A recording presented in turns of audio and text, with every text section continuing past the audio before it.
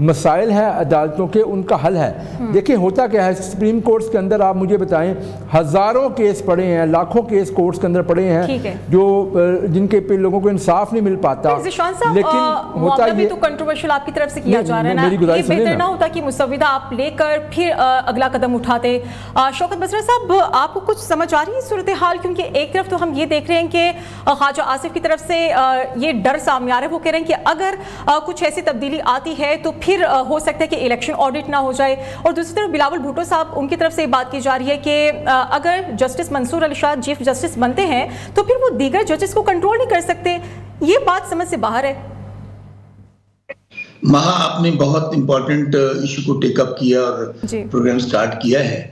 اگر جب چور چوری نہیں کرتا تو اسے ڈر کس بات کا ہوتا ہے؟ اگر ڈاکو ڈاکہ نہیں مارتا تو پھر ڈاکو کو ڈر کس بات کا ہوتا ہے؟ بات یہ ہے کہ خواجہ آصف جو بیچارہ خود ہارا ہوا ہے 50,000 ووٹوں سے ریحانہ ڈار صاحبہ سے, تو ڈر تو اسی بات کا لگا ہوا ہے. ان کی پارٹی کا سربراہ کون ہے؟ سربراہ میاں نواز شریف. میاں نواز شریف جس کے نام پہ مسلم لیگ نون ووٹ لیتی ہے, اگر وہ بیچارہ ہار گیا ہے ڈاکٹر یاسمین راشد سے, تو مجھے بتائیں ان میں جیتا کون ہے؟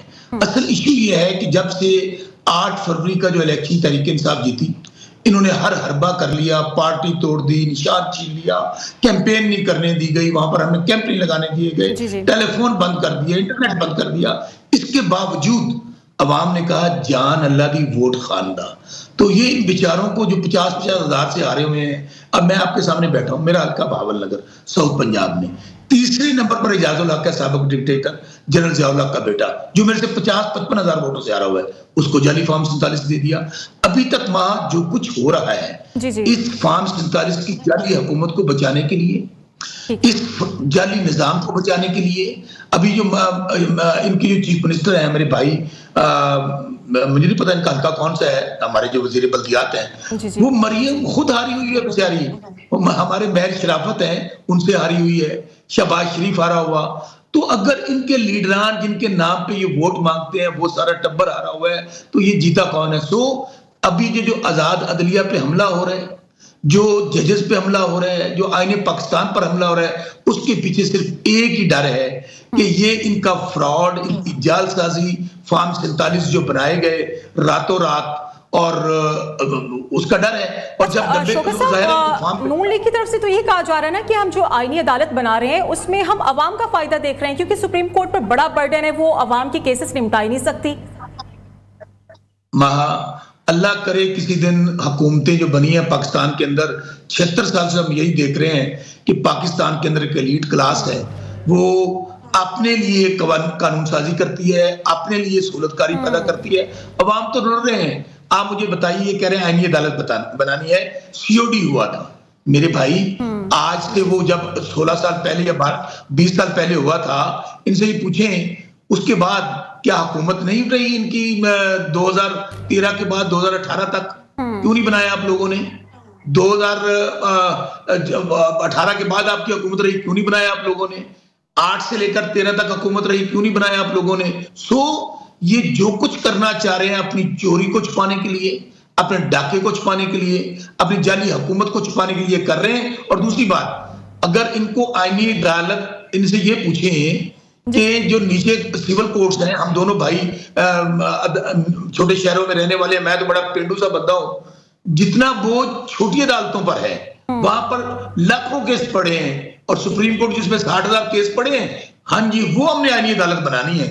وہ کیا رہا ہے, جب سپریم کورٹ کا فل بینچ فیصلہ دیتا ہے, یہ جو ہاری ہوئی ہماری چیف منسٹر ہے پنجاب کی, جو ٹک ٹاکس بنانے میں بڑی مشہور ہیں, اسی شام کو پریس کانفرنس کرتی ہیں, کہتی ہیں ججز کے ضمیر سوئے ہوئے ہیں, یہ ججز مردہ ہو چکے ہیں. اس کے بعد آپ پارلیمنٹ کی سپیچز نکال کے دیکھ لیں, تمام کے تمام لوگ ان کے وہی خواجہ آصف جن کا آج بیان آیا ہے, خواجہ آصف بیچارہ تو کہاں بھی اس بات سے رہا ہے نا, وہ تو کبھی جیتا نہیں ہے. پچھلے الیکشن میں بھی اس نے یاد ہے خود ایڈمٹ کیا کہ میں نے جنرل باجوہ کو فون کیا کہ جی باجوہ صاحب دیکھیں میرے ساتھ بڑی زیادتی ہو رہی ہے. یہ فراڈ نظام جعلی حکومت بچانے کے لیے یہ پاکستان پر حملہ آور ہو چکے ہیں, پاکستان کے آئین پر حملہ آور ہو چکے ہیں, پاکستان کے عدلیہ پر حملہ آور ہو چکے ہیں. ٹھیک ہے خواجہ صاحب، ایک سال تو ہم نے دیکھا کہ حکومت کی طرف سے حال تک نہیں پوچھا گیا مولانا صاحب کا. اب جب ضرورت پڑی ہے تو پھر ہر طرف مولانا مولانا ہو رہی ہیں، وہ چاہے اپوزیشن کی بات کریں یا پھر حکومت کی طرف سے بات کریں. اطلاعات تو یہ بھی آ رہی ہیں کہ مولانا مان گئے ہیں، کافی حد تک جو تجاویز رکھی گئی تھی حکومت کی طرف سے وہ تسلیم کر لی گئی ہیں. آپ بتائیے گا کہ آپ کی طرف سے جو مسودہ تیار ہونا تھا وہ ابھی کس مرحلے میں ہے؟ جی بسم اللہ الرحمن الرحیم. میں شکر گزار ہوں آپ کا کہ آپ نے جو اوپننگ کوشچن کیا یہ پاکستان کے 25 کروڑ لوگوں کی ترجمانی تھا کہ خواجہ آصف نے جس خدشات کا اظہار کیا تو اب وہ چیز اب پاکستان کے لوگوں کے سامنے کھل کے سامنے آ رہی ہے، جس کا اظہار مولانا فضل الرحمان نے 8 فروری 2024 کی شام کو کیا تھا کہ یہ پاکستان کے الیکشن ریگڈ ہیں اور یہ پاکستان کے الیکشن چرا لیے گئے ہیں. اور سب سے بڑی بات یہ ہے کہ اب سلولی اینڈ گریجولی اب حکمران اپنی زبانوں سے اس کا اعتراف کرنا شروع ہو گئے ہیں کہ اگر یہ چیف جسٹس نہ ہوا تو کوئی اور آ کے ہمارا وہ پینڈورا باکس کھول دے گا. ایک تو آپ نے یہ بہت زبردست سوال کیا اور آپ اعتراف جرم اب حکمران خود کرنے لگ گئے ہیں. دوسری بات ہمارے بھائی نے یہ کہا کہ پارلیمان کو اختیار ہے کہ وہ کون سی کوئی بھی امینڈمنٹ کر سکتی ہے. کوئی شک نہیں، پارلیمنٹ پاکستان کا سب سے بڑا ادارہ ہے، بلکہ ادارہ ہی پارلیمنٹ ہوتا ہے کسی بھی جمہوری ملک کے اندر. تو سب سے بڑی بات یہ ہے کہ آپ کوئی بھی امینڈمنٹ لیں، آپ اس پارلیمان میں تو لے کے آ جائیں.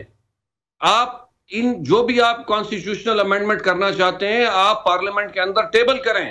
آپ اس پارلیمنٹ کو بائی پاس کر کے رات کو کوئی شب خون مار کے کوئی امینڈمنٹس نہ کروائیں.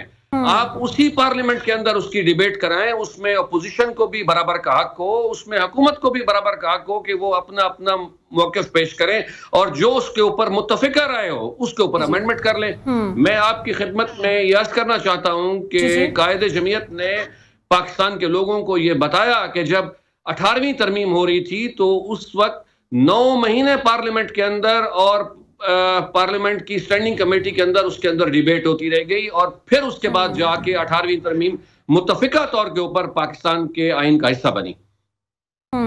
جہاں تک موجودہ آئینی مسودے کی بات ہے تو جمعیت نے اپنا مسودہ تیار کر لیا ہے اور آج اس کے اوپر مدثر صاحب آپ سچویشن کو تھوڑا سا کلیئر کر دیں. جی سچویشن کو تھوڑا سا کلیئر کر دیں. ٹھیک ہے، آپ کے تحفظات بالکل بجا ہیں، لیکن آپ کا ووٹ کہاں جائے گا؟ حکومت کی طرف جائے گا یا پھر اپوزیشن کی طرف جا رہے ہیں مولانا صاحب؟ دیکھیں میں آپ کو بڑا کلیئر کہہ رہا ہوں کہ مولانا پاکستان کے لوگوں کی امنگوں کی ترجمانی کریں گے اور آج ہماری اپنی پارٹی کے اندر جو ہم نے مسودہ تیار کیا اس کے اندر right now we are sitting here. اس وقت ہمارا جو آئینی کمیٹی ہے کانسٹیٹیوشن کمیٹی جو پارلیمنٹ کے پارلیمنٹیرینز کے اوپر ہے وہ اس وقت مولانا کے پاس میٹنگ کر رہے ہیں. اور ایک چیز آپ ذہن میں رکھ لیں کہ جو قائد جمعیت کا موقف ہوگا وہ انشاءاللہ تعالی پاکستان کے 25 کروڑ لوگوں کی ترجمانی کرے. تو مدثر صاحب اگر آپ یہ کہہ رہے ہیں کہ پی ٹی آئی نے ہمارا مینڈیٹ چرایا ہے کے پی کے میں تو پھر آپ اس چیز کو اوپنلی کیوں نہیں آن کرتے؟ آپ ایک طرف پی ٹی آئی کی طرف اگر جاتے بھی ہیں، اپوزیشن کا ساتھ بھی دیتے ہیں، تو پھر تو آپ اپنے ہی بیان کی نفی کریں گے. دیکھیں میں عرض کرتا ہوں جو 8 فروری کی شام کا بیانیہ تھا جمعیت علماء اسلام کا وہ بڑا کلیئر تھا. انہوں نے کہا کہ جی ہمارا مینڈیٹ پورے پاکستان میں چرایا گیا، ہمارا مینڈیٹ بلوچستان میں چرایا گیا، ہمارا مینڈیٹ سندھ میں چرایا گیا، ہمارا مینڈیٹ پنجاب کی کچھ سیٹوں پہ چرایا گیا، ہمارا مینڈیٹ کے پی کے میں چرایا گیا. تو ہمارا اس میں کوئی بائیفرکیشن نہیں ہے. ہمارا اکراس دا بورڈ پاکستان کے الیکشن کمیشن نے پاکستانی قوم کو یہ الیکشن آزاد اور خود مختار نہیں دیا. پاکستان کا الیکشن کمیشن اس 2024 کے الیکشن کا چور ہے. ٹھیک ہے، تو شوکت صاحب ٹھیک ہے جی جے یو آئی کی طرف سے یہ کہا جا رہا ہے کہ کے پی کے میں ہمارا مینڈیٹ چرایا گیا ہے پی ٹی آئی کی طرف سے، اور اب ہم دیکھ رہے ہیں کہ جے یو آئی اور نون لیگ اکٹھے ہونے جا رہی ہے. ٹف ٹائم تو پھر آپ کو ملنے والا ہے. آپ کو نہیں لگتا کہ P T I he J you آئی کے لیے بھی اگر ہم بات کریں، حکومت کے لیے بھی بات کریں تو پی ٹی آئی ہی اس وقت مشکل باعث کر سکتی ہے؟ پہلی بات تو مدثر بھائی نے بہت اچھی باتیں کی ہیں، لیکن جو پارلیمنٹ جو ہے وہ آئینی طور پر سب سے بڑا لوں گا. جی ٹھیک ہے جی مدثر صاحب میں 1 منٹ لوں گا. جی سر. مولانا نے بہت کلیئر سٹانس لیا ہوا ہے کہ میں اپوزیشن میں ہوں اور میں اپوزیشن کے فیصلوں کے ساتھ ہم آہنگ ہوں گا. یہ بات اپنے ذہن میں رکھیں. جی ٹھیک ہے. جی شوکت اسرار صاحب. اچھا میں یہ کہہ رہا تھا کہ مدثر بھائی نے جو باتیں کہی ہیں بالکل میں سمجھتا ہوں آئین کے طور پر جو باتیں کر رہے ہیں آئینی طور پر پارلیمنٹ سپریم ادارہ ہے. اب وہ پارلیمنٹ جس کے اندر آج سے 1 مہینہ یا 2 ہفتے پہلے نقاب پوش اور نامعلوم داخل ہوتے ہیں, وہاں پر الیکٹڈ ایم این ایز کو اٹھا کے لے جاتے ہیں, وہاں کی لائٹیں بند کر دی جاتی ہیں, وہاں اس دن پارلیمنٹ کہاں گئی؟ اس کے بعد چلیں کہ آپ پارلیمنٹ یہ نہیں کر سکتی کہ وہ لڑکی کو لڑکا ڈکلیئر کر دے, وہ گرمی کو سردی میں کنورٹ کر دے, وہ دن کو رات کہہ دے. یہ نہیں ہو سکتا. اب آپ کر کیا رہے ہیں؟ جو خواجہ آصف کا بیان ہے اس کے بعد تو میرے خیال میں کسی اور بیان کی ضرورت ہی نہیں رہی, کہ وہ ان کو ڈر اس بات کا ہے کہ ہم وہ ہر طرح کی قانون سازی کریں, ہر طرح کا راستہ روکیں جس سے یہ فراڈ الیکشن کھل نہ سکے. اچھا یہ جو ابھی آپ بتائیے کہ یہ جو ریٹائرڈ ججز لگائے جا رہے ہیں اس کے لیے آرڈیننس آ رہا ہے, ٹربیونل کے اندر ججز ان کو ہٹا دیا جاتا ہے. یہ قاضی فائز عیسیٰ اور 9 مئی اس فارم 47 کی جعلی حکومت کی انشورنس پالیسی ہے. جو کچھ قاضی فائز عیسیٰ نے کیا, وہ ججز جنہوں نے انصاف دینا ہے وہ انصاف مانگ رہے تھے کہ ہم انصاف دیا جائے. انسانی بنیادی حقوق کا جنازہ نکال دیا. ہم نے درخواست دیا کہ ہمارا کمیشن بنا دے 9 مئی پہ, نہیں بنایا. الیکشن پہ کمیشن بنا دے, نہیں بنایا. ہمیں یقین ہے اس بات کا کہ مولانا فضل الرحمان صاحب سے جو ابھی تک ہمارے مذاکرات ہوئے ہیں وہ یہ کہہ رہے ہیں کہ میں کوئی ایسی ترمیم کو سپورٹ نہیں کروں گا جو آئین سے ماورا ہو, جو ایسی ہو جس سے بنیادی انسانی حقوق بالکل. انہوں نے یہ کہا کہ عوامی مفاد کے خلاف جو بھی آئینی ترمیم چاہے گی ہم ان کا حق ان کے ساتھ دیں گے. ایک بات اور سن لیں. ابھی آپ کو پتہ ہے کہ مولانا صاحب نے کیا کہا تھا؟ انہوں نے کہا یہ پارلیمنٹ اسٹیبلشمنٹ نے بنائی ہے, یہ اسٹیبلشمنٹ کی پارلیمنٹ ہے, یہ عوام کی پارلیمنٹ نہیں ہے. اگر عوام کی پارلیمنٹ نہیں ہے تو مجھے بتائیں کیا ان کو اختیار یا حق حاصل ہے کہ یہ آئین میں ترمیم کریں یا آئینی تبدیلیاں کریں؟ ٹھیک ہے جی چلیں جی. ذیشان صاحب بڑے سوال کھڑے ہو گئے ہیں. خواجہ آصف ایک انتہائی اہم عہدے پر ہے, انہیں اتنا بڑا بیان دینے کی کیا ضرورت پڑ گئی؟ اگر وہ کہہ رہے ہیں کہ ہمارے ہو سکتا ہے کہ الیکشن کا آڈٹ نہ کرانا پڑ جائے, پھر پی ٹی آئی کی طرف سے بار بار یہ بھی بات ہو رہی ہے کہ دسمبر میں حکومت گھر چلی جائے گی. اب آپ کے لیے تو خطرے کی علامت ہو چکی ہے, اب آپ کو آئینی ترمیم پاس کرانا پڑیں گی 2 ہفتوں کے اندر اندر. دیکھیں گزارش ہے, سب سے پہلے تو میں ذرا یہ جو میرے بھائی پی ٹی آئی والے بات کر رہے تھے ان کی 1-2 باتوں کو میں جواب لازمی دینا چاہوں گا. بالکل. ان کو نا بنیادی طور پہ ان کا مسئلہ بھلا کیا ہے؟ مسئلہ یہ ہے پی ٹی آئی والوں کا کہ یہ 2018 میں RTS بند کر کے آئے تھے. ان کو لگتا ہے کہ ساری حکومتیں جو ہے نا وہ 2 نمبر طریقے سے آتی ہیں. انہوں نے کبھی صحیح الیکشن لڑے کو نہیں ہے, ان کو علم ہی نہیں ہے. یہ اس وقت آئے تھے اور ان کو یہ اناڑیوں کی طرح آ کے انہوں نے حکومت شروع کی, اور آج دیکھیں اس ملک کا بیڑا غرق ان لوگوں نے کیا. ان لوگوں نے 4 سال کے اندر, بلکہ پنجاب میں 5 سال انہوں نے کام کیے. ان کے پاس کوئی کارکردگی نہیں دکھانے کے لیے. ان کے پاس 15 سال سے یہ کے پی میں بیٹھے ہیں. کے پی میں ہر دفعہ نیا وزیر اعلیٰ لے کے آتے ہیں. اس وقت انہوں نے ایک وہ رنگ باز سا وزیر اعلیٰ وہاں پہ بٹھایا ہوا ہے, اور یقین مانیے وہ سوائے لوگوں کو گالیاں دینے کے علاوہ اس کو کوئی کارکردگی اس بندے کی نہیں ہے. یہ مقابلہ کرتے ہیں, یہ بات کرتے ہیں وزیر اعلیٰ پنجاب کی جو روز نئی انیشیٹو لے کے آ رہی عوام کے لیے, روز نئے ایسے اقدامات لے رہی ہیں تاکہ عوام کے لیے فائدہ مند ہوں. یہ مجھ سے بات کر لیں انہوں نے 5 سالوں میں کیا ہے مجھے بتائیں. کبھی کووڈ کے پیچھے چھپتے تھے, کبھی کسی کے پیچھے چھپتے تھے, کبھی کہتے تھے مجھے کام کرنے نہیں دیا جاتا, کبھی کہتے تھے یہی کہتے تھے, یہ ان کے الفاظ سے یہ کہتے تھے کہ آرمی چیف کو اپنا والٹ ڈکلیئر کرتے تھے. یہ اب یہ اس وقت ان کے اوپر سے سایہ لگتا ہے, جو ان کو ڈر ہے وہ یہ ہے کہ والٹ کا سایہ نہیں رہا تو یہ پریشان ہے بڑے. تو میں سمجھتا ہوں کہ ان کو نا یہ سیریس بات نہیں کرتے, یہ صرف اور صرف ان کی زبان یہی ہے کہ یہ اس طرح کی اگریسو گفتگو کریں گے, الزامات لگائیں گے. جب ان کو کہا جاتا ہے کہ 35-50 کی باتیں انہوں نے کی تھی نا, جب ان سے کہا جاتا ہے کہ پروف کریں اس وقت یہ بھاگ جاتے ہیں, کہتے نہیں وہ سیاسی بیان تھا. یو ٹرن کا آغاز انہوں نے کیا, جھوٹ کو یو ٹرن یہ لوگ کہتے رہے. کون سے ایسے سیاسی محالف نے جن کے بارے میں یہ کیسے الزامات نہیں لگاتے رہے, اور یہاں اگلے کا گریبان پکڑتے ہیں, یہاں پاؤں پکڑتے ہیں. مولانا صاحب بڑے قابل احترام اور بڑے جو منجے ہوئے سیاستدان ہیں, ان کے بارے میں کیا الفاظ نہیں یہ کہتے رہے. آج ان سے ان کو کام پڑا جا کے ان کے پاؤں پکڑ رہے ہیں. گزارش یہ ہے کہ میں سمجھتا ہوں کہ تھوڑی سی نا دیکھیں ہمیں اس ملک کو آگے لے کے جانا ہے. اس ملک کے اندر افراتفری پھیلانے کا کس کا مقصد ہے مجھے بتائیں. آپ مجھے یہ بتائیں کہ ہوتا ہے فلسطین کے حق میں ایک سمٹ ہوتا ہے, وہاں پہ کانفرنس بلائی جاتی ہے, یہ بائیکاٹ کر جاتے ہیں. اسرائیل کے ساتھ ان کے لنکس انٹرنیشنل اخباروں میں بھی آتے ہیں, اس کے اوپر یہ خاموش ہوتے ہیں, ایک بیان نہیں دیتے. یہ تو چاہتے ہیں, یہ وہی لوگ ہیں نا, یہ وہی لوگ ہیں, ایک سیکنڈ میری گزارش سنیں, یہ وہی لوگ ہیں جنہوں نے IMF کو خط لکھا کہ پاکستان جو ہے نا اس کو آپ یہ پروگرام نہ دیں.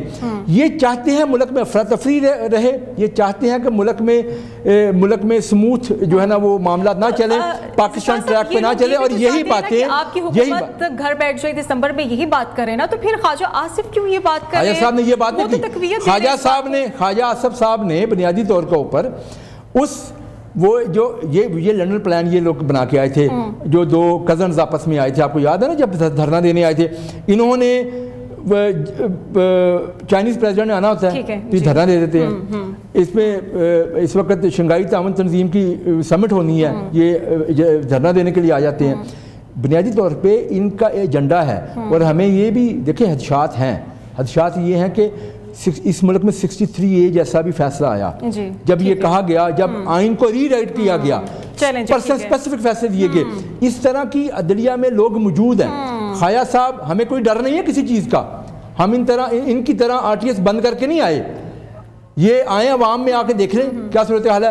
بائی الیکشنز ہوئے ہیں, اس کے بعد کوئی ایک بائی الیکشن اپنا رزلٹ بتائیں, کیا رزلٹ ہے. اپنے صوبے میں یہ بائی الیکشن ہار گئے, بائی الیکشن ہارے ہیں وہاں پہ بھی.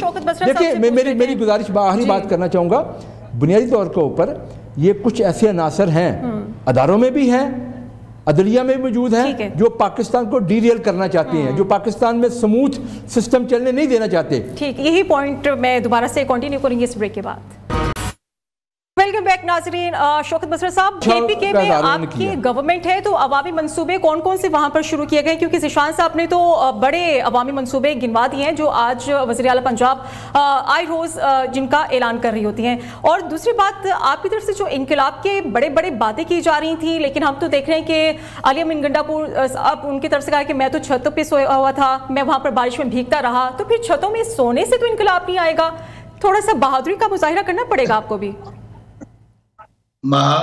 مجھے ہمدردی ہے ذیشان بھائی سے, وہ کہتے ہیں نا سوال گندم جواب چلے. میں سمجھ رہا تھا پتہ نہیں وہ اب کو جواب آ نہیں پا رہا تھا, جواب بن نہیں رہا. اس کی وجہ ہوتی ہے جب آپ کے پاس بات کرنے کو نہ ہونا تو پھر آپ آئیں بائیں شائیں کرتے ہیں. اس کی ریزن کیا ہے کہ ابھی مجھے بتا رہے تھے کہ جی پنجاب میں ہم نے بڑی تبدیلی کر دی. میرے بھائی, آپ کی یہ 7ویں حکومت ہے. 3 دفعہ میاں نواز شریف وزیر اعلیٰ, 3 دفعہ وزیر اعظم, 2 دفعہ میاں شہباز شریف وزیر اعلیٰ, 1 دفعہ حمزہ شہباز وزیر اعلیٰ, اب یہ ٹک ٹاکر وزیر اعلیٰ جو آ رہی ہوئی ہے یہ وزیر اعلیٰ. تبدیلی یہ ہے کہ خود لاہور کے اندر میاں نواز شریف الیکشن ہار جاتا ہے. یہ ہے آپ کا پنجاب کے اندر مقام کہ آپ پوری پارٹی الیکشن ہار گئی. پنجاب میں ہم نے بڑے کام کیے ہیں. ہاں بڑے کام کرتے ہیں آپ صبح وہ تیار ہوتی ہیں, کیمروں کو اکٹھی کرتی ہیں, ان کی کنیزیں آتی ہیں, پھر باقاعدہ شوٹنگ ہوتی ہے, شوٹنگ کے بعد وہ ٹک ٹاکس بناتی ہیں. بالکل اس پہ ہم آپ کو خراج تحسین پیش کرتے ہیں. رہی دوسری بات, آپ نے کہا کہ جی وہ کہتے تھے کہ جناب باجوہ کو کہتے تھے فلاں کہتے تھے. یاد ماضی عذاب ہے یارب, چھین لے مجھ سے حافظہ میرا. ضیاء الحق کی جو روحانی اولاد ہیں وہ بھی اب دوسروں کو باتیں کریں جو جنرل جیلانی کے گملے میں اگے. اور سب سے بڑھ کر آج دیکھ لیں وہ میاں نواز شریف نا بیچارہ باؤ جی, وہ ابھی بھی وہ ٹویٹ لگا کے بیٹھا ہے ووٹ کو عزت دو. کم سے کم وہ تو ڈیلیٹ کروا دیں. آپ تو تسموں کو لٹکے ہوئے ہیں, آپ تو ہر وہ غیر آئینی غیر قانونی کام کرنے کے لیے تیار ہیں چونکہ آپ کو تو مسلط کیا گیا ہے. آپ یہ باتیں اپنی جگہ, لیکن یہ تو بتا دینا گنڈاپور صاحب کہاں تھے, وہ اغوا ہوئے تھے یا بھاگ گئے تھے؟ کیونکہ ہم تو منتظر تھے ان کی اپیرنس کے. جی اچھا وہاں میں آتا ہوں. اچھا یہ جو کٹ پتلیاں ہیں بیچارے, مجھے ان سے ہمدردی ہے. نواز شریف کے زمانے میں لیڈر ہوتا تھا بیچارہ, اب بیچارہ وہ خود ہار گیا, تو ان سے ہم کیا بحث کریں. دوسری بات, یقین مانیں یہ قابل ترس لوگ ہیں. ہم تو ان کو کیونکہ they are irrelevant, they are nowhere. ہم ان کو, میں تو ان کی بات کا ہم جواب دینا بھی اس لیے مناسب نہیں سمجھتے کہ اب جو لوگ بیچارے خود کونسلر بننے کے قابل نہیں رہے, ہم ان سے کیا بحث کریں, ہم ان سے کیا جھگڑا کریں, ان کی کس بات کا جواب دیں. اب جہاں تک رہی بات علی امین گنڈاپور کی, دیکھیں آپ یہ اندازہ کریں کہ علی امین گنڈاپور جو ایک الیکٹڈ چیف منسٹر ہے وہ پرامن احتجاج کے لیے نکلتا ہے. اس کے اوپر شیل برسائے جاتے ہیں، ان کے اوپر گولیاں برسائی جاتی ہیں، سڑکیں کھود دی جاتی ہیں. کیا یہ اگر ان کو، میں پھر کہہ رہا ہوں الیکشن کا ڈر نہیں ہے تو آڈٹ کا کیوں ڈر ہے؟ اگر چوری نہیں کی ہے اپنے الیکشن میں تو آڈٹ کا کیا ڈر ہے؟ اگر ہم پرامن احتجاج کے لیے آ رہے ہیں تو کیوں شیل برسا رہے ہیں؟ کیوں آپ لوگ ریبٹ بلٹ اڑا رہے ہیں؟ میں علی امین گنڈاپور کو خراج تحسین پیش کرتا ہوں کہ انہوں نے اتنی جرات اور دلیری کا مظاہرہ کیا کہ انہوں نے برستی گولیوں میں، برستی شیلنگ میں وہ وہاں پہ پہنچے. آپ مجھے بات بتائیں، اگر وہ کے پی ہاؤس میں 10 منٹ چلے گئے فریش اپ ہونے کے لیے، شوکت بسرا صاحب وہ تو انقلاب کے لیے آئے تھے لیکن وہ واپس بھاگ گئے اور 12 اضلاع کی بات کر رہے تھے، تو یہی انقلاب ہے؟ بھاگ جانے کو آپ انقلاب کہتے ہیں؟ جلاؤ گھراؤ ہے یہ. آپ مجھے بتائیے، کیا وہاں پر ان کے بھائی نہیں تھے؟ کیا پورا کے پی نہیں تھا؟ ہم لوگ موجود نہیں تھے؟ آپ یہ بات کیوں نہیں کرتے کہ کے پی صوبے پہ جو حملہ ہوا ہے، یہ جو کٹ پتلی حکومت ہے، ان لوگوں نے جو کے پی ہاؤس کے اندر رینجرز داخل کر دی، وہاں پر پولیس داخل ہو گئی، لوگوں کو مارا پیٹا گیا.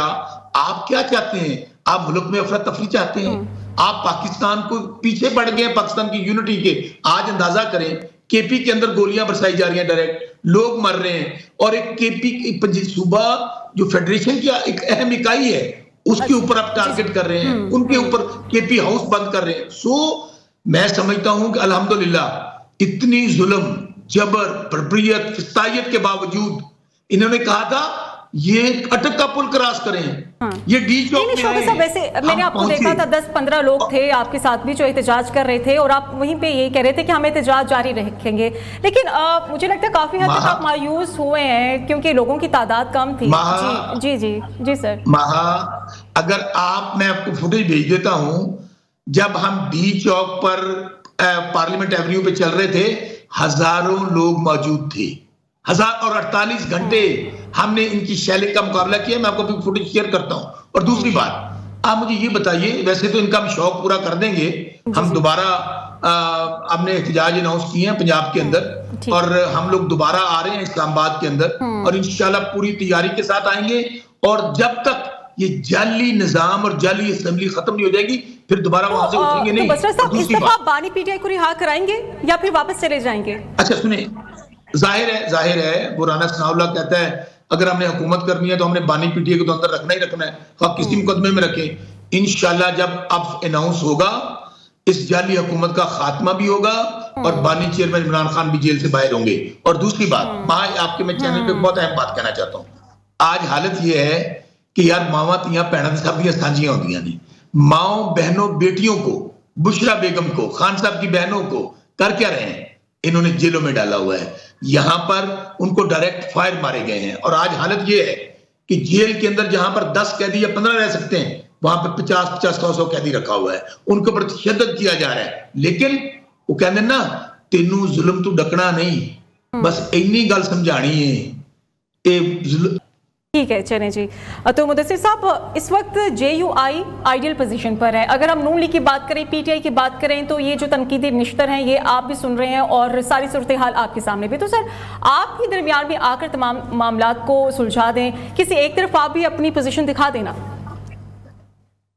جی، میں آپ کی خدمت میں ایک عرض کرنا چاہتا ہوں، اور یہ جو یہاں پہ آپس میں یہ جو سوال جواب ہو رہے ہیں، اس پہ میں اپنا ایک بڑا سٹانس، ایک میرا اپنا ذاتی یہ ہے کہ جہاں پہ ابھی ایک بات ہوئی کہ نیشنل کنسنسس کی، آپ کا گفتگو، آپ کے سوال کا جو لب لباب وہ نیشنل کنسنسس کا ہے نا. جی کہ اس وقت جو اب افراتفری اور پولیٹیکل انتشار ہے وہ کسی طرف ایک طرف بیٹھے اور ملک جو ہے نا وہ ترقی کی طرف آگے بڑھے.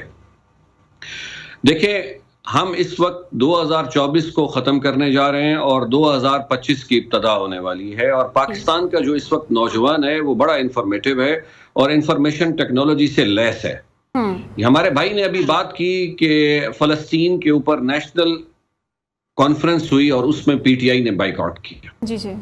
میرا اس کے اوپر ایک اپنا موقف ہے اور میں اپنی پارٹی کی طرف سے ترجمانی کرتے ہوئے یہ عرض کرنا چاہتا ہوں کہ اس وقت پاکستان کی پولیٹکس میں وسعت قلبی کی ضرورت ہے. اور پاکستان کے لوگ یہ دیکھ رہے ہیں کہ پاکستان کی پارلیمان میں 2 ہی بڑے عہدے میٹر کرتے ہیں. ایک قائد ایوان ہے, ایک قائد حزب اختلاف ہے. تو حکومت کی طرف سے کون سا ایسا ہائی پروفائل ڈیلیگیشن تھا جو اپوزیشن کی سب سے بڑی جماعت کے پاس گیا اور ان کو ان کے عزت اور احترام کے مطابق انوائٹ کیا؟ نمبر ایک. نمبر دو, پاکستان کے لوگوں کو آپ نے یہ موقع تو دینا تھا کہ وہ یہ سوچیں کہ حکومت نے پہل کی نیشنل کنسنسس کی خاطر, امت مسلمہ کی خاطر, اور پاکستان سے امت مسلمہ کو پاکستان کی پولیٹیکل ایلیٹ کا یونینیمس جو ایک جواب جانا چاہیے تھا. لیکن افسوس کے ساتھ کہنا پڑتا ہے کہ ہماری جو اس قومی کانفرنس کی جو میزبان تھے وہ اس میں مزریبلی فیل ہو گئے کہ انہوں نے اپوزیشن کو اس طرح سے مینیج ہی نہیں کیا اور ان کو دعوت ہی نہیں دی جس طریقے سے ان کو یہ دعوت دینی چاہیے تھی, اور پاکستان کا متفقہ بیانیہ رہ گیا.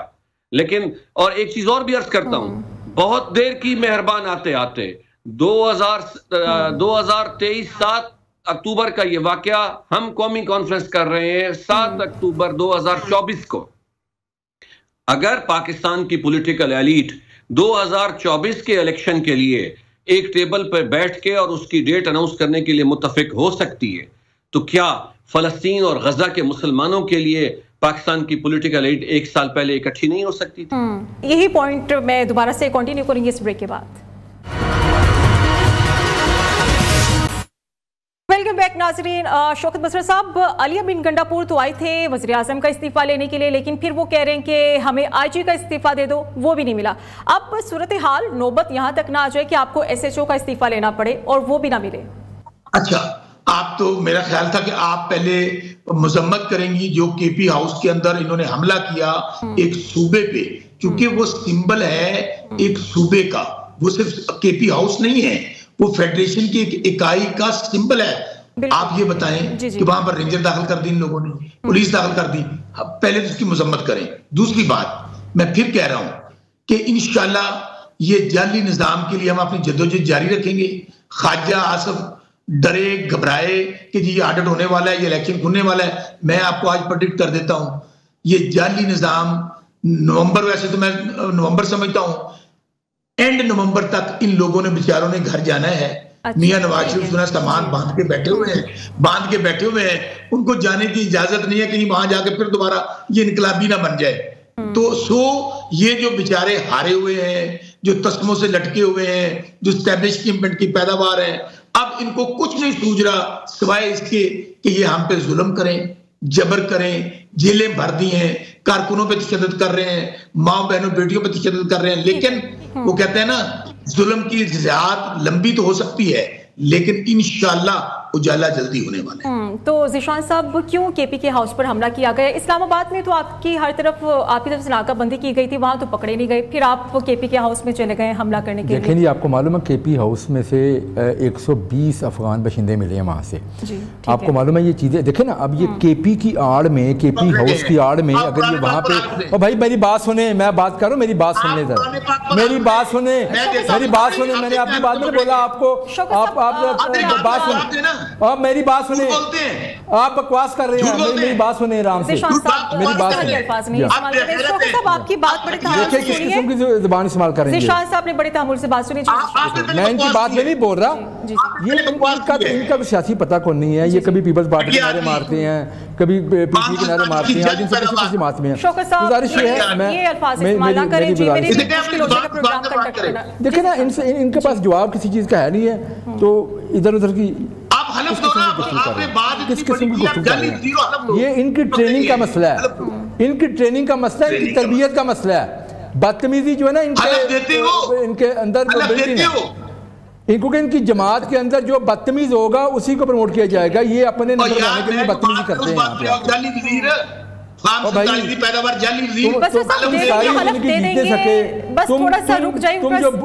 چکر لگاتے رہے ہو, ہماری جماعت کے بھی ترلے ڈالتے رہے ہو آنے کے لیے, ہمیں پتہ ہے اس چیز کا, چھوڑ دو اس بات کو. یہ حلف سے بھاگ گئے ہو؟ شاہ صاحب آپ اس بات اچھا میں آپ کو ان کے وزیر کی باتیں آپ سنیں. اب دیکھیں نا سننے افغانی بندے نہیں پکڑے گئے بتائیں. اب اس کو جیسے ان کی دم پہ پاؤں آ گیا یہ چیخیں مار رہے ہیں. اچھا یہ بتا دیں آپ کیا چاہتے ہیں, دم پہ پاؤں آ گیا کیا ہونا چاہیے بتائیں, کیا پوچھنا چاہتے ہیں آپ ذیشان صاحب سے؟ اسے کہیں حلف دے, اب اسے کہیں حلف دے کہ پکڑے گئے. اسی کے تمیز سے بات کریں, کس میں گفتگو کریں, ان کو کہ تمیز نہیں ہے کہ کہیں ٹریننگ لے لیں, ٹریننگ لے لیں, تمیز سے بات کریں نا. اگر آپ کو تمیز نہیں ہے شوکت مسعود صاحب نیشنل ٹی وی پہ بات کریں گے, بدتمیز آدمی نہ سے باتیں کیا کرو, تم بدتمیز آدمی ہو, تم یہ جو کیسے تم چلاتے ہو ہمیشہ سب کو پتا ہے. تمہاری حیثیت کیا ہے اور تمہاری کیا حیثیت ہے مجھے بتاؤ, تمہاری کیا حیثیت ہے مجھے بتاؤ, تم اپنی حیثیت بتاؤ, پہلے اپنی حیثیت بتاؤ. لوٹے ہو تم, کمال کے لوٹے ہو, تمہیں پتا ہے اس چیز کا. ہر کون سی جماعت تم نے چھوڑی ہے, کون سی جماعت تم نے چھوڑی ہے؟ میں الحمدللہ مسلم نون سے سیاست شروع کی ہے, آج بھی مسلم نون میں ہوں.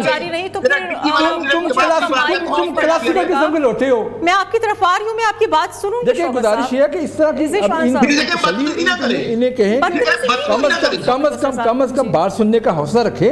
جب ان کو پتہ ہے کہ ان کا آرگومنٹ ختم ہوتا ہے پھر یہ شروع کر دیتے ہیں. بات یہ ہے, مجھے بتائیں کہ وزیر اعلیٰ کے پی جو کہ رنگ آباد وزیر اعلیٰ ہے, بالکل سب کچھ پتہ ہے, وہ بندہ اس کی کہانی سنیں آپ جو آپ اس سے بات کی ہے کہ جی میں نکلا وہاں سے 12 شہروں سے ہوتا ہوا, 12 ضلعوں سے ہوتے ہوئے میں وہاں پہ پہنچا, جیسے پتہ نہیں پہاڑوں سے, ندیوں سے, نالوں سے ہوتا ہوا وہاں پہ پہنچا, اپنے صوبے کے 12 ضلعوں سے گزرتا ہوا وہاں پہ گیا. تو کیسی کیسی کلاسیکل ڈرامے بازی یہ کرتے ہیں. اور مجھے بتائیں کہ انہوں نے ان کا مقصد کیا ہے؟ صرف الزامات لگانا. ان کا مقصد صرف یہ ہے کہ یہ الزامات لگائیں, جلاؤ گھراؤ کریں, بدتمیزیاں کریں, پاکستان کو یہ آگے بڑھنے نہیں دینا چاہتے. انہوں نے یہ کلچر پاکستان میں پروموٹ کیا ہے, انہوں نے ہماری آنے والی نسلوں کو خراب کرنے کی کوشش کی ہے. اس قسم کی لوگوں کے اندر یہ جو بدتمیزی والا کلچر انہوں نے پروموٹ کرنے کی کوشش کی ہے. اب میں آپ کو کے پی ہاؤس کے اندر جو جب گئی, اب دیکھیں اگر وہاں پہ ایسے عناصر ہوں گے جو کہ پاکستانی بھی نہیں ہیں, افغان عناصر ہیں, ان کے پاس اسلحہ ہوگا, تو کیا وہاں پہ سرکار نہ جائے, وہاں پہ پولیس نہ جائے ان لوگوں کو پکڑنے کے لیے؟ تو اس کے بعد انہوں نے جو حال کیا وہاں پہ حوثی دروازے وغیرہ جو ہے نا تھوڑے بہت توڑ تاڑ کے ویڈیو بنا دی. اس کے بعد کتنے بندے آپ نے پکڑے وہاں سے؟ آپ تو علی امین گنڈا کو پکڑنے گئے تھے, 120 لوگوں کو وہاں سے پکڑا گیا. 120 لوگ آج بھی کسٹڈی میں ہیں جو افغان باشندے ہیں. اب انہیں پتا ہے اس چیز کا کہ وہ افغان باشندے پکڑے گئے ہیں, ان کا پول کھلنے والا ہے, تو چیخیں گے, چلائیں گے, یہ الزامات لگائیں گے, لیکن اس کا جواب نہیں دیں گے کہ وہ 120 بندے کہاں سے آئے. جو بات کی علی امین گنڈا پورٹ نے, اس پر تو آپ کے اپنے رہنما بھی یقین نہیں کریں گے, آپ کے کارکنان یقین کرنے کو تیار نہیں. یہ کون سے 12 ضلعوں والی بات لے کر بیٹھ گئے علی امین گنڈا پور صاحب؟ بے شک فارم 47 کی جعلی حکومت ہے پنجاب میں. اس کیونکہ موصوف وزیر ہے نا, موصوف وزیر ہیں, انہوں نے اتنی بڑی بات کہی ہے. انہوں نے کہا ہے جی کے پی ہاؤس سے 120 یا 30 افغانی لوگ پکڑے گئے ہیں. وزیر صاحب سے کہیں قرآن پاک پہ حلف دیتے ہیں کہ پکڑے گئے ہیں. اگر یہ قرآن پاک پہ حلف دے دیں, میں آپ کے سامنے قوم سے معافی مانگ لوں گا, ورنہ میں حلف دیتا ہوں یہ جھوٹ بول رہے ہیں. دیکھیں آپ اس طرح کا گارنٹی دے دیں نا, حلف دے دیں. اگر آپ نے افغان باشندوں کو پکڑے تو یقین دہانی کے ساتھ آپ بات کر رہے ہیں. گزارش یہ ہے کہ ان لوگوں کا عالم یہ ہے, قرآن پاک ہمارے لیے ہماری جان اور ہماری عزت ہر چیز سے بڑھ کے ہے. ان لوگوں نے میری گزارش سن لیں, جب پولیٹیکل آرگومنٹس ان کے لوگوں کے پاس ختم ہو جاتے ہیں تو اس طرح کی باتیں شروع کر دیتے ہیں.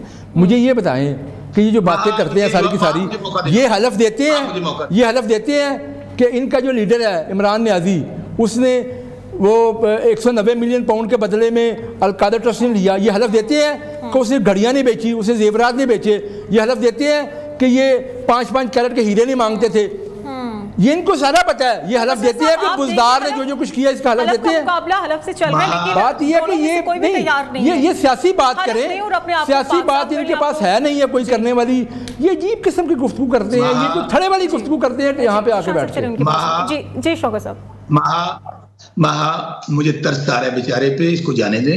گزارش پتہ کیا ہے, جب آپ کے پاس آرگومنٹس رہتے نا, اچھا صبر کرو یار, صبر کرو. آپ نے بات کر لی نا, میں نے انٹرپٹ نہیں کیا.